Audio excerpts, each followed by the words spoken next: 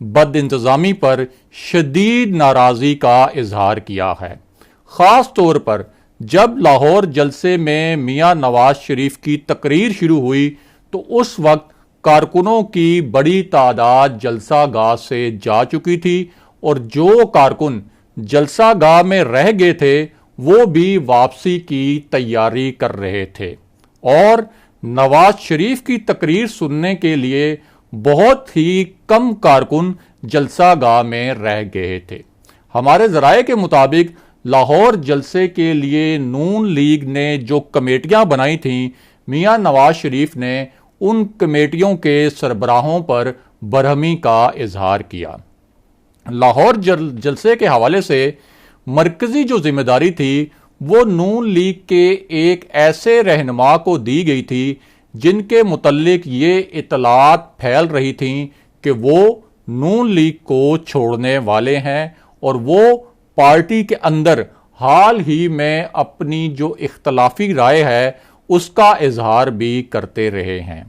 ان کا شمار پہلے نون لیگ کے ہاکس میں ہوتا تھا، یعنی نون لیگ کے ایسے عقابوں میں ہوتا تھا جو اسٹیبلشمنٹ کے حوالے سے سخت موقف رکھتے تھے اور اس موقف کا برملا اظہار بھی کرتے تھے۔ پچھلے کچھ عرصے میں ان کے اس موقف میں نرمی آئی تھی، اور مریم نواز اور جو دیگر لیگی قیادت ہے اس کا خیال تھا کہ یہ جو لیگی رہنما ہیں یہ مقدمات سے گھبرا گئے ہیں۔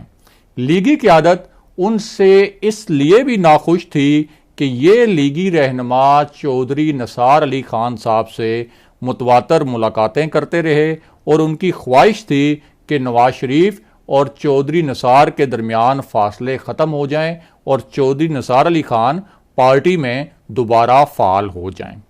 اس شخصیت کا نام خواجہ سعد رفیق ہے، اور انہوں نے لاہور جلسے کے انتظامات کے لیے ذیلی کمیٹیاں بنائی تھیں۔ بہرحال واپس آتے ہیں اس اہم اجلاس کی جانب جس کا ذکر ہم نے آپ سے شروع میں کیا تھا، اور ساتھ ہی آپ کو آگاہ کرتے ہیں کہ وزیر اعظم عمران خان نے کیا 3 انتہائی معنی خیز باتیں کی ہیں۔ ایک تو وزیر اعظم کا کہنا ہے کہ اگر اپوزیشن نے استعفے دے دیے تو یہ ملک کے لیے بہتر ہوگا۔ اس کے علاوہ وزیر اعظم کا کہنا ہے کہ اپوزیشن اگر لانگ مارچ کرے گی تو وہ اپوزیشن کی مدد کریں گے، اور اگر اپوزیشن 1 ہفتے تک دھرنا دینے میں کامیاب ہوئی تو وہ استعفیٰ دینے پر غور کرنا شروع کر دیں گے۔ یعنی وزیر اعظم عمران خان کو یقین ہے کہ اپوزیشن 1 ہفتے تک بھی دھرنا نہیں دے پائے گی۔ اس کے بعد وزیر اعظم نے آرمی چیف جنرل باجوہ کے متعلق بہت معنی خیز بات کی۔ انہوں نے کہا کہ جنرل باجوہ پر نواز شریف کے الزامات کی وجہ سے فوج میں بہت غم و غصہ پایا جاتا ہے۔ جنرل باجوہ جمہوریت پسند اور سلجھے ہوئے آدمی ہیں، ان کے اندر ٹھہراؤ ہے جس کی وجہ سے وہ یہ سب کچھ برداشت کر رہے ہیں۔ ان کی جگہ کوئی اور ہوتا تو بڑا ری ایکشن آنا تھا۔ وزیر اعظم کا ایک اور نقطہ بھی بہت معنی خیز تھا، اور وہ نقطہ یہ تھا کہ پی ڈی ایم فوج پر دباؤ ڈال رہی ہے تاکہ فوج میری جمہوری حکومت کو ہٹا دے، اور اس پر آرٹیکل 6 لگتا ہے۔ یعنی وزیر اعظم کا تاثر یہ تھا کہ پی ڈی ایم فوج کو حکومت کے خلاف بغاوت پر اکسا رہی ہے، اور وزیر اعظم نے یہ بھی کہا کہ فوج اس وقت ان کے اوپر نہیں بلکہ ان کے ماتحت ہے۔ اب واپس آتے ہیں اس اجلاس کے معاملے پر جس کا ذکر ہم نے آپ سے شروع میں کیا تھا۔ تو معاملہ یہ ہے کہ اس اجلاس میں جو فائلز رکھی گئیں ان کے چند نکات چونکا دینے والے تھے۔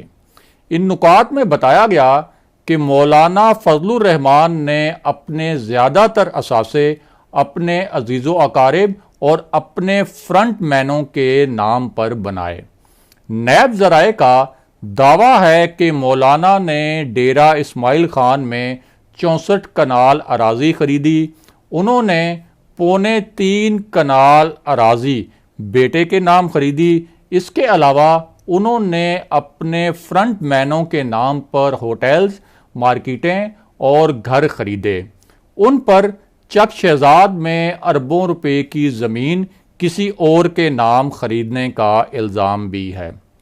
اس کے علاوہ مولانا فضل الرحمان پر یہ الزام بھی ہے کہ انہوں نے اسلام آباد کے سیکٹر F8 میں ایک بیش قیمت بنگلہ اس وقت بیچ دیا جب نیب نے ان کے خلاف تحقیقات شروع کی۔